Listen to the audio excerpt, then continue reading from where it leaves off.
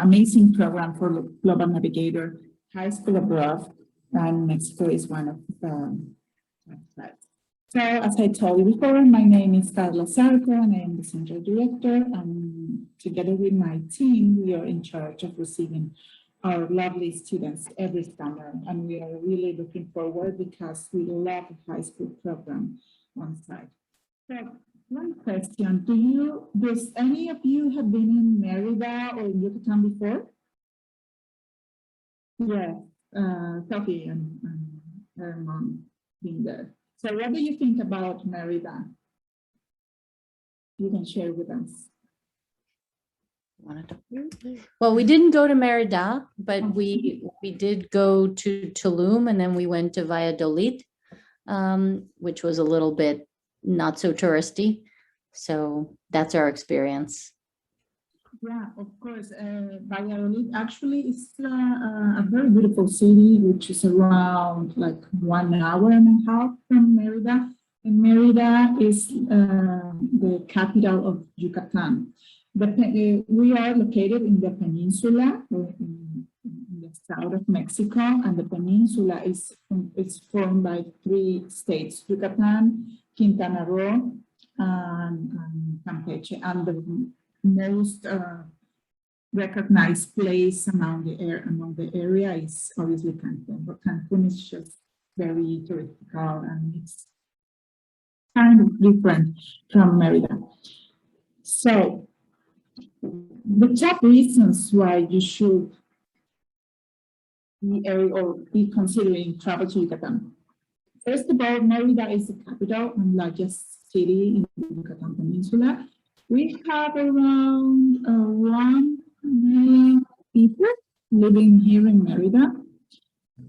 We have a lot of sunny days, which is something that is really attractive for US people, and also we have visitors from Canada mainly. Temperature typically varies from 65 to 97 Fahrenheit degrees. One of the things that are really interesting for a lot of both foreign people from other states of Mexico is the fact that the Mayan people are approximately 60% of the population. So this makes this state really amazing because we keep a lot of traditions, a lot of indigenous people who wants to share about their local traditions and cultures. So this is really, really nice. And in Merida, we have a lot of achievements as a city. For example, and just to mention a few, we have named the second safest city in the, not only in the North American continent, but actually in all, both North and Latin America. Just after Quebec in Yucatan, in Canada, sorry, and we received achievement as the best small city by Condé Nast Traveler, and this was in 2019. Yeah, 2019, and after that we were acknowledged as the American Capital of Culture by UNESCO. This is something that we have been building as a city because the local government is trying hard to work to attract more cultural tourism. People who come to Merida to study at one of the 16 universities, college and research centers. We have a lot of high quality institutions in Merida, and the fact that it is the safest city in not only in Mexico, but in a lot of countries through the continent is really, really, really nice. And you can feel it and you can see it, and we are really proud of it. Just to mention something, in this monument, you can see in this picture that is a main monument, which is named Monumento a la Bandera or Monumento a la Patria, which means the monument to the flag, to the local flag. And this normally is the center of a lot of things or cultural things. In September 2019, Merida was the venue for the annual Congress of the Nobel Prize Association. And we have Ricky Martin playing for free in that amazing place. So actually this week we are holding also a very important political meeting or conference. Through the week we are having gatherings for people from a lot of countries who came to participate in a big fair we call Trianglis Turístico, which means that a lot of providers, people related tourism will meet and make their plans and business and so forth. So we have a lot of personalities coming around these days. Some of the Yucatan highlights that I would like to share with you. Participating in one of our programs, you will be able to have a full immersion in the local culture. You will be able to improve your Spanish language proficiency because you will be talking and living with a homestay family, which mainly will be talking in Spanish. You will be able to make a lot of friends, especially, and what has been really important for our alumni or the students who came to participate in one of our programs is that they love their homestay family.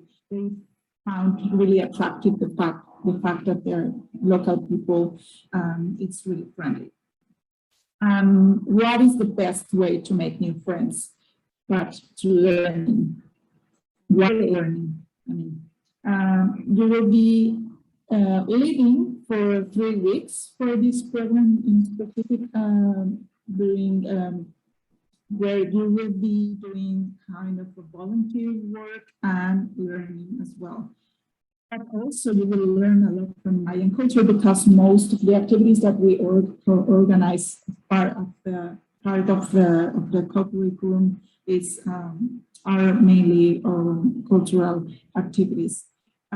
As I mentioned before, this is a cultural city. So normally, and not only this week because we have a big event going around the city, but normally every day local authorities organize something related cultural activities. For example, Mondays you can visit a performance of local dancers in the main plaza. Tuesday they offer free concerts from the symphonic orchestra of the Yucatan, or they have sometimes guest players participating in those concerts. Wednesday you can attend a theater, for example. Every day that it's something that it's really attractive, not only for our students, but also for staff. So they are always accompanied by a program leader and a staff member. And we just received one new acknowledged. So according to Forbes and Lonely Planet, Merida was named among the 10 best cities to travel this year. So that's another impact to mention. What is included in the Summer Abroad program? So a typical week related to this program includes enjoying breakfast at your homestay.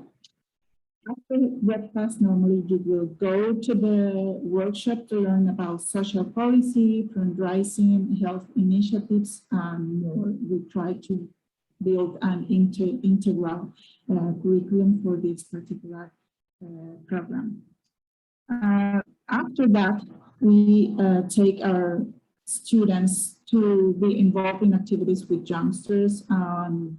We work normally with a local NGO who benefits and events with with our special project. We have daily cultural activities and excursions. Well, actually, this program it's only 3 weeks long, but we have 2 weekends where we are going to make excursions, and the rest of the days normally we include or a painting class or a dance class or whatever. For example, in this activity, we take our students outside to go around through the city, and they can meet with local people. In this picture, we can see that the painter is painting and selling the paintings in a local park. So, of course, it is really integral our schedule, but we try to give some free time to our students to explore by their own and have fun with their peers. All the meals are included in the homestay, so the breakfast, lunch, and dinner are included. Normally, they will have lunch at the CIE center, but they bring the lunch from homestay. And we normally offer snacks. They have water available and yeah, some small appetizers for them. If you have any question, please feel free to open your mic and do your question. So, Sure, I have questions. yes, of course. So what is the homestay like? Is it with a family? Is it one participant per household if it's family, or what is it like? Yeah, I will talk about it, but normally we have a network of homestay families which are quite different in size, and normally we host 2 students per house. Houses in Merida are quite big, so normally they have room for 1 room per student. So every student has their own room, and sometimes they can share. They might share the bathroom. We typically host the same-sex students at the same house. And this is something that they really like, because in the beginning we used to host 1 student per homestay, but normally they feel like they are more accompanied if they have here living in the same house. So that's that, but I will give you more details. So why do you love youth mentorship in Yucatan? Well, it's a really unique program, because it's a program where you will be working in a learning project. You will be increasing your planning skills, and will be aware of having a lot of tools to have service organizations coordinated with the week's excursion. So we try to make a match with or coordinate all the activities that are included in the program. Leadership. This is the key word, because you will learn leadership skills. Definitely, this is an amazing project where you will be able to learn how to improve your support to others in need and basic needs. Sometimes we include visits to local communities where our students can do field work, or it pretty much depends on the organizations we are working with. But normally our students are able to participate in the project per se of the organization to help children and youth mentorship. Now, until today, I cannot give you more details about the organizations we will be working with, because it pretty much depends on the openness we will have for next year.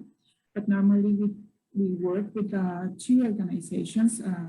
we had this program in 2019, and we worked with an organization named Caimere. It was like a foster house for young kids, and our students help in administrative tasks, in assisting the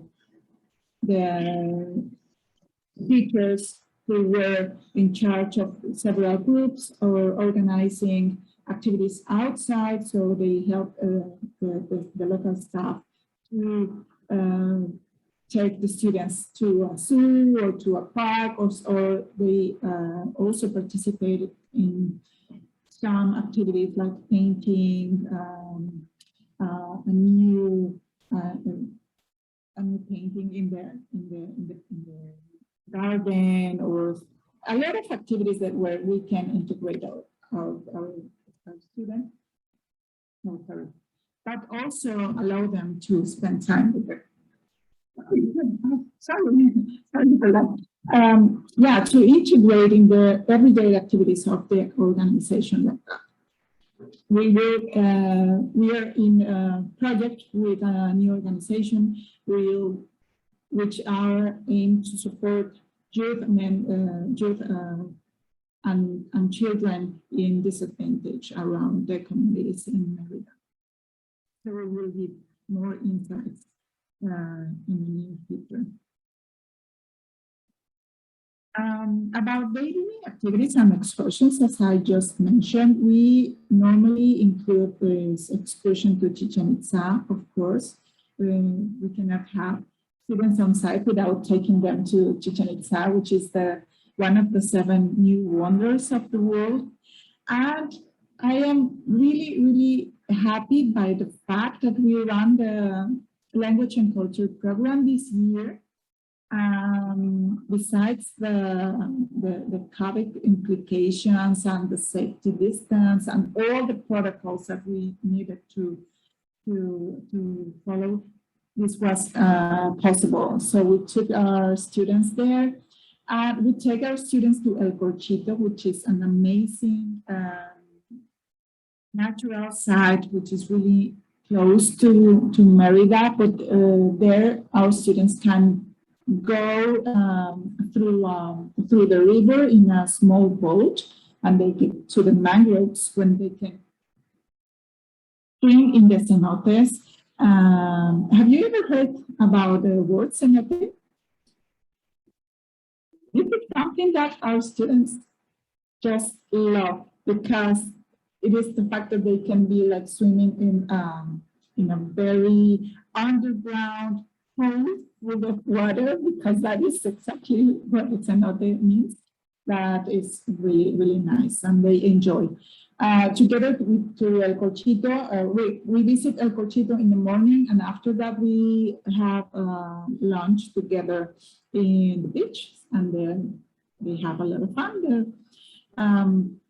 This is normally what we take our students. Activities we include, well, as I just mentioned, cooking class, dance class, painting, as we can see in some of the pictures here. Of course, we visit some museums, but only those interactive museums where our students can learn or do something more than just being there. For example, we have a very nice museum, which is the Music Palace, the Palacio de la Música, where they can learn how to dance local dancings with music played from local authors and so forth. So those kind of activities that our students love, and a lot of cultural events. We have here a picture where our students were learning how to make tortillas by hand from a Mayan lady, something really, really amazing.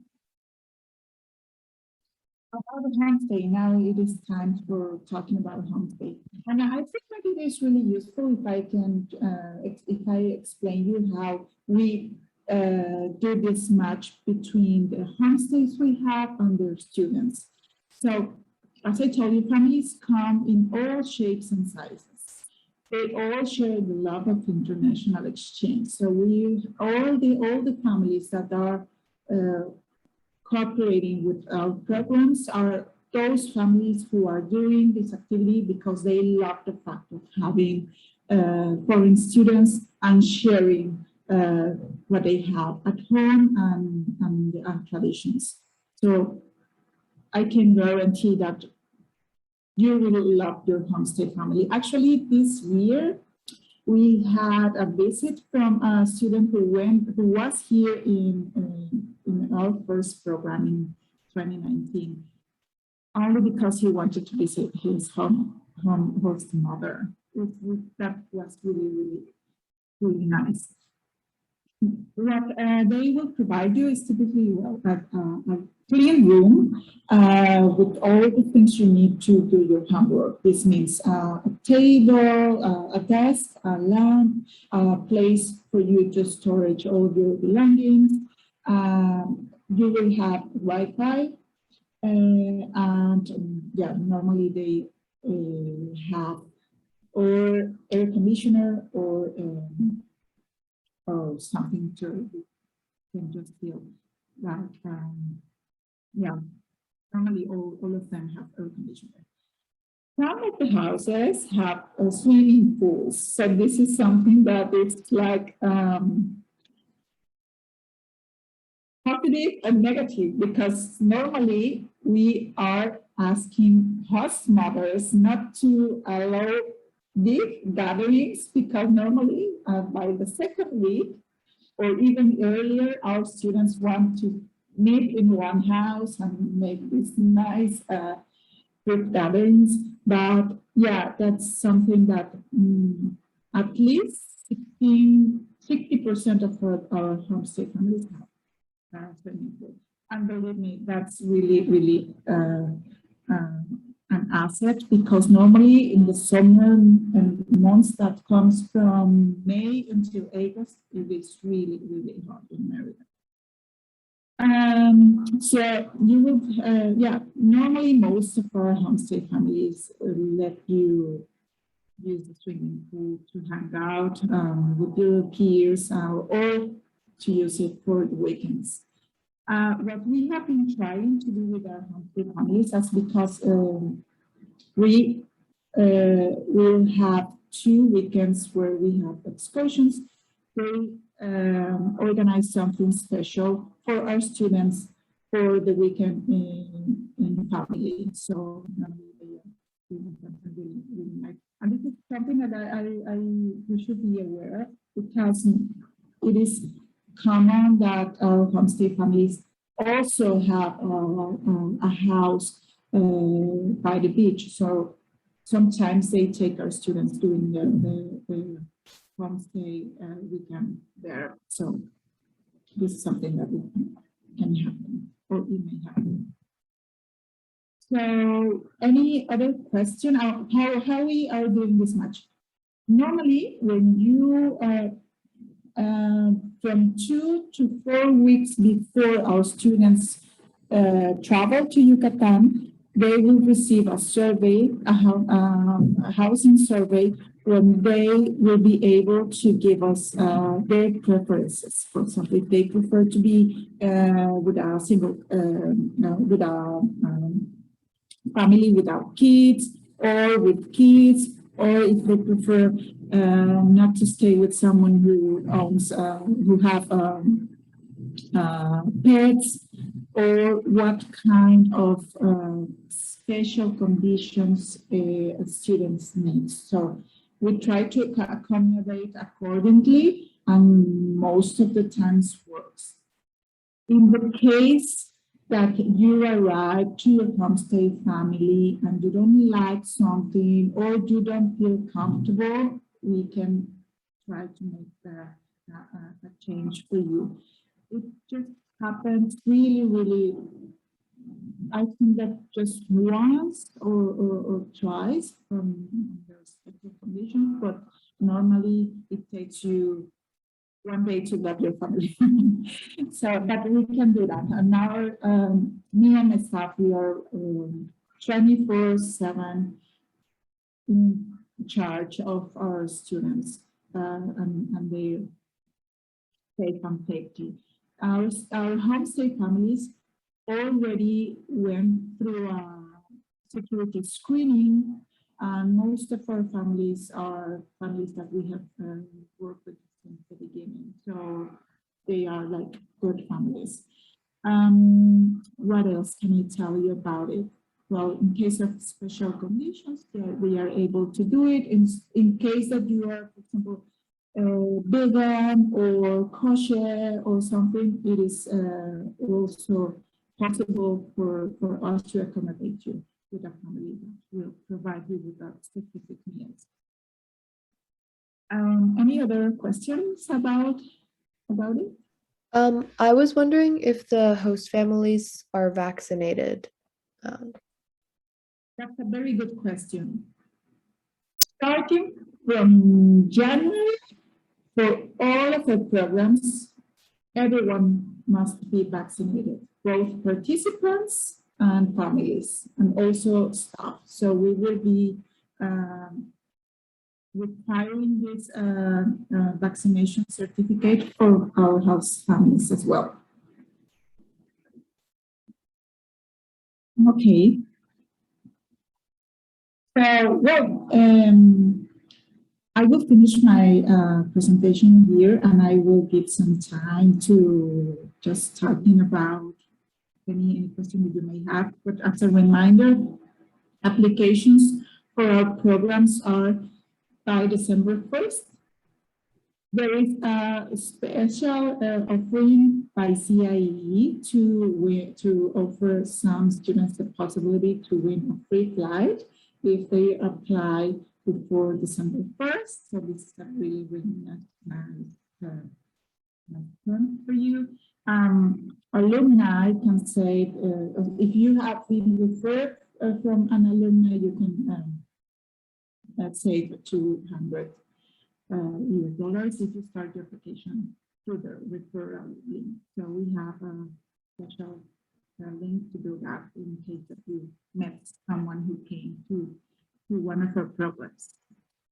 So by saying that, I think it's time to any questions you may have.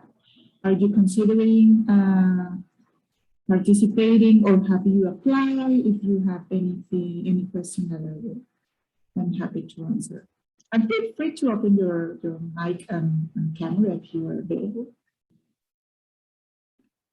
I was just going to ask about the language learning. Is it informal only, or are there any formal learning opportunities? For this program, we focus our learning skills in leadership. We have classes for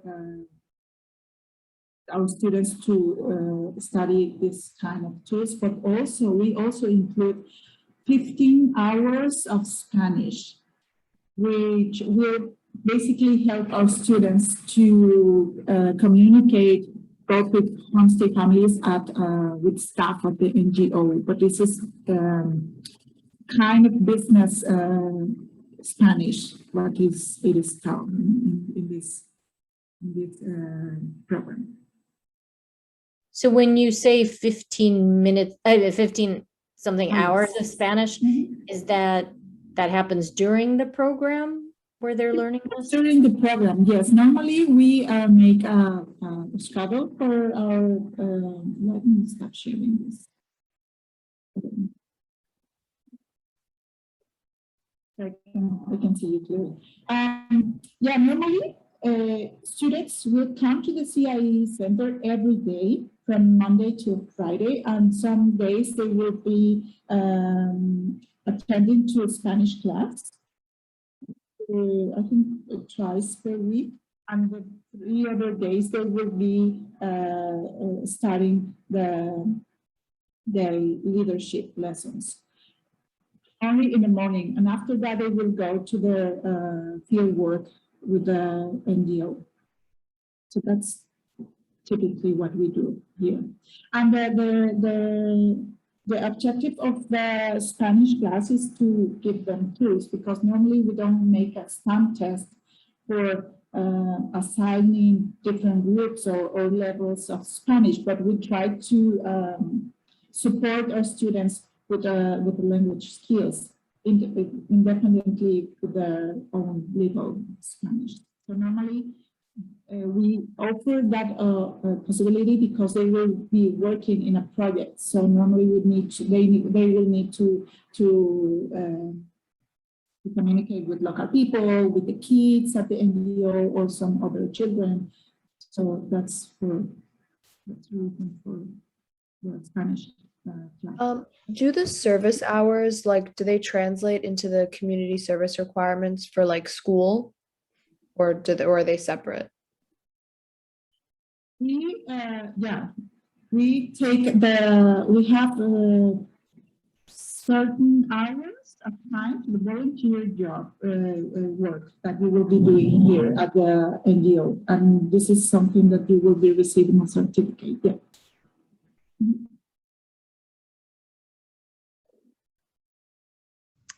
I also have a question. So, well, I have multiple questions. In terms of like the host family thing, when you do the survey, will you get to like get information about them, like when you get matched before you go? Like, is there a way to like communicate with them before you meet them? All right. So yes, sure. We try to do this early in time. So because we have been that it is really positive, the fact that you will be receiving the information from your homestay family, so you can start communication previously, and that helps you a lot in the shock of meeting the new people and staying there. So we try to do that process as early as possible. As soon as we receive the list of confirmed students, we try to do the match with the homestay families and send you the address, information about your homestay family, some characteristics of your homestay family, so you can be able to meet them before you arrive. So for example, oh, Natalie, you will be staying with this family, which is formed by the father, the mother. They are, the mother is housewife, and she loves flowers or whatever, some kind of general characteristics that you will get to know.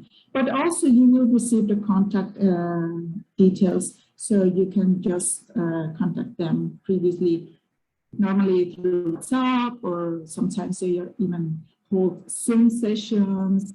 So when our students arrive on site, we will be receiving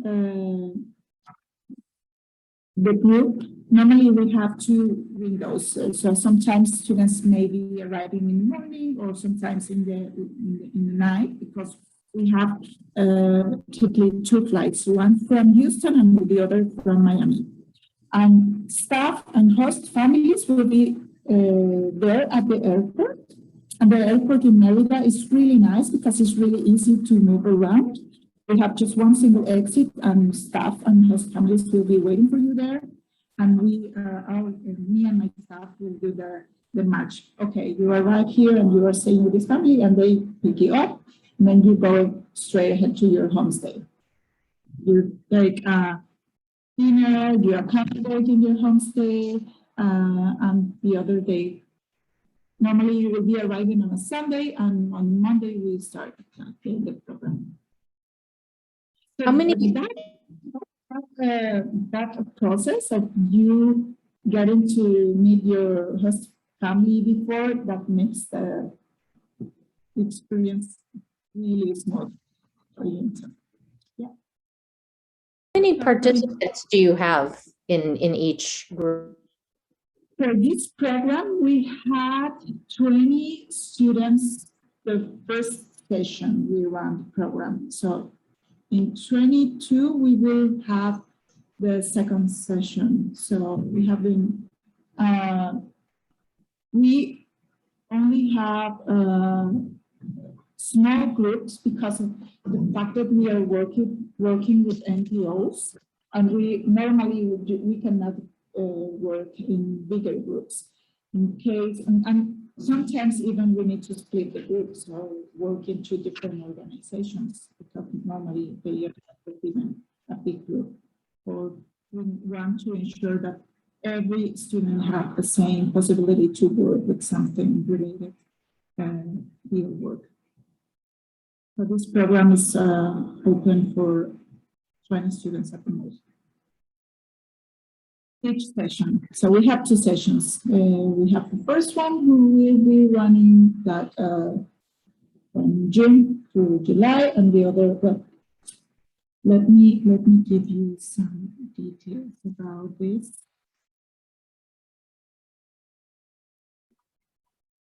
Does everyone, did people get to pick which volunteer opportunities they do, or do you assign them? We assign them. We assign them once we have all students on site.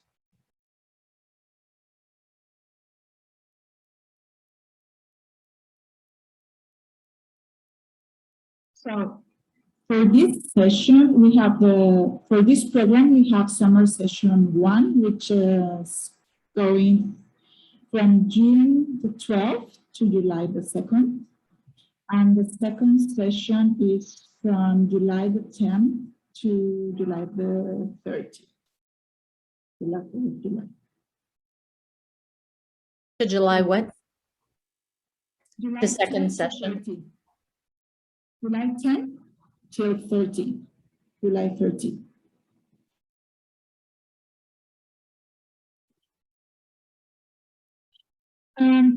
Another information that you will be able, normally most of our students, high school students, are traveling for the first time. So we know that there are a lot of, especially parents.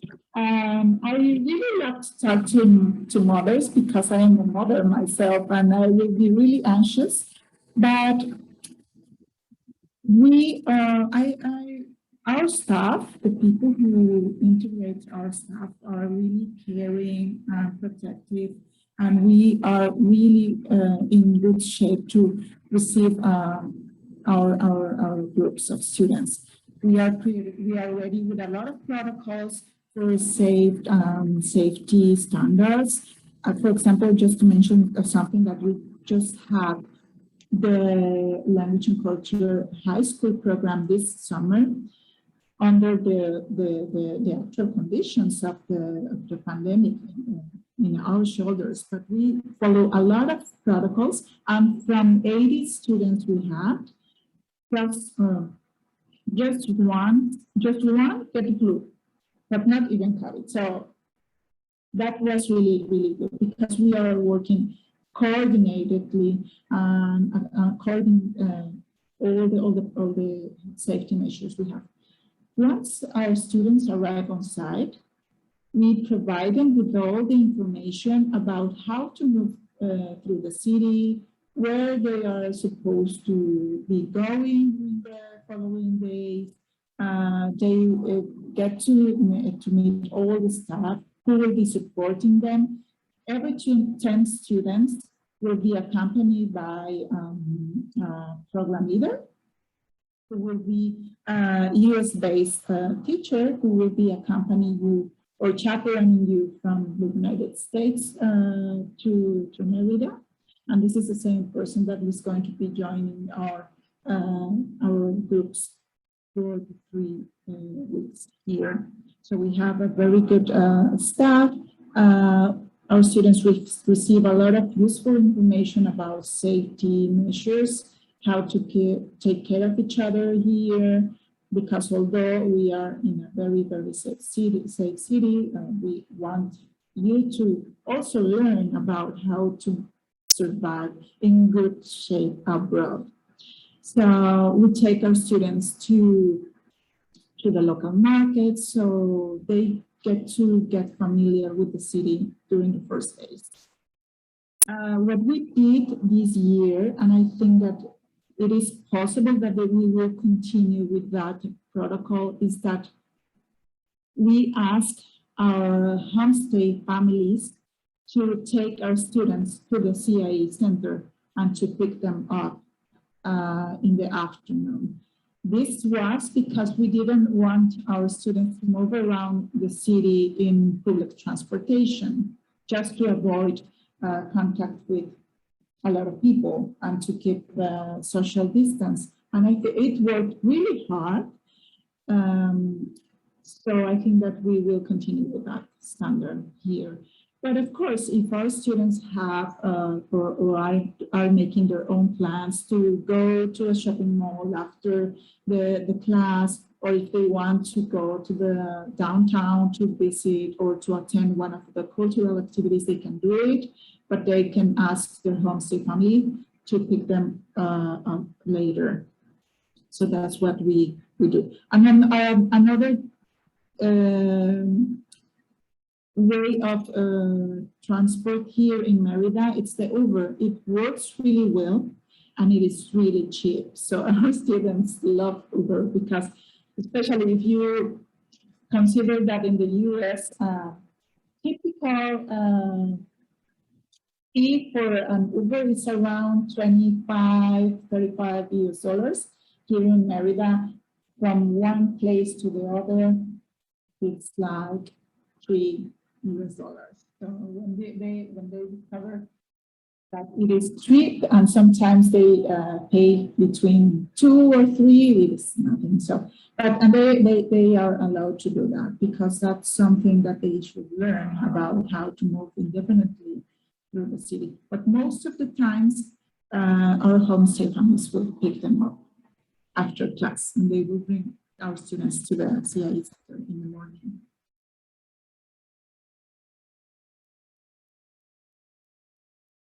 So that's typically what it's included in the program. Any other question? Do you find that you will be happy to participate in this program?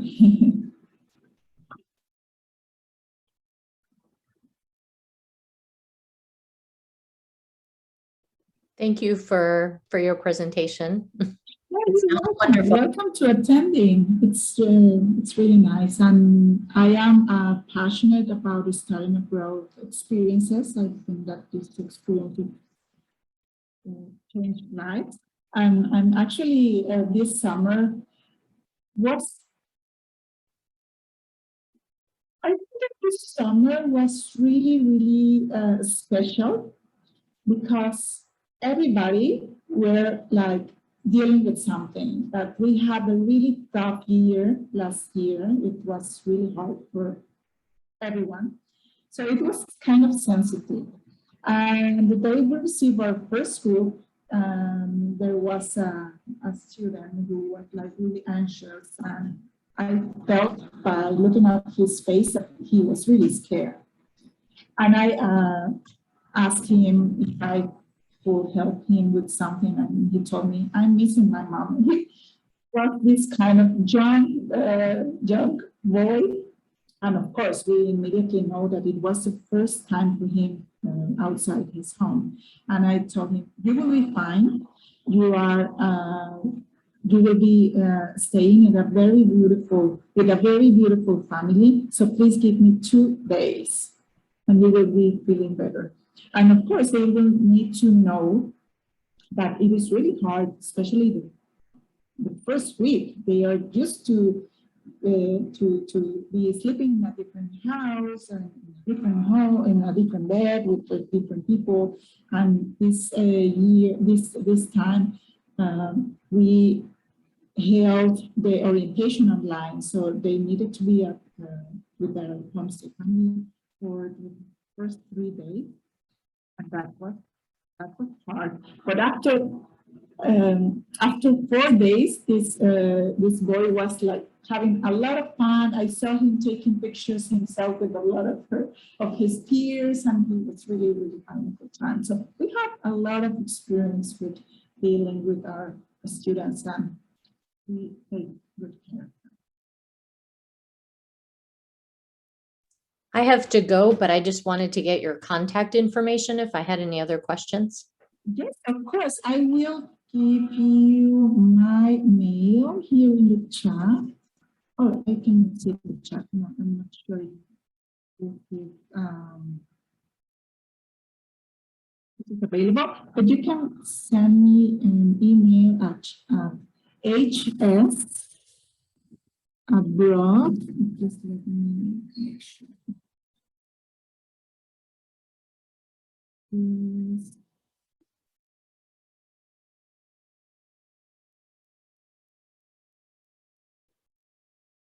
No, it's HSOB Yucatan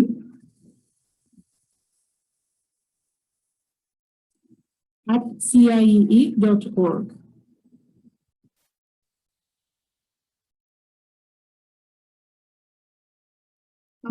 You can also CC at AFSA Yucatan at ciee.org. It's What was your, high school study abroad Yucatan at CIE. My name is Carla Sarco. Carla Sarco. You are muted. Oh, yeah, yes. yeah, I didn't hear the last name. My last name is Sarco. VARCO.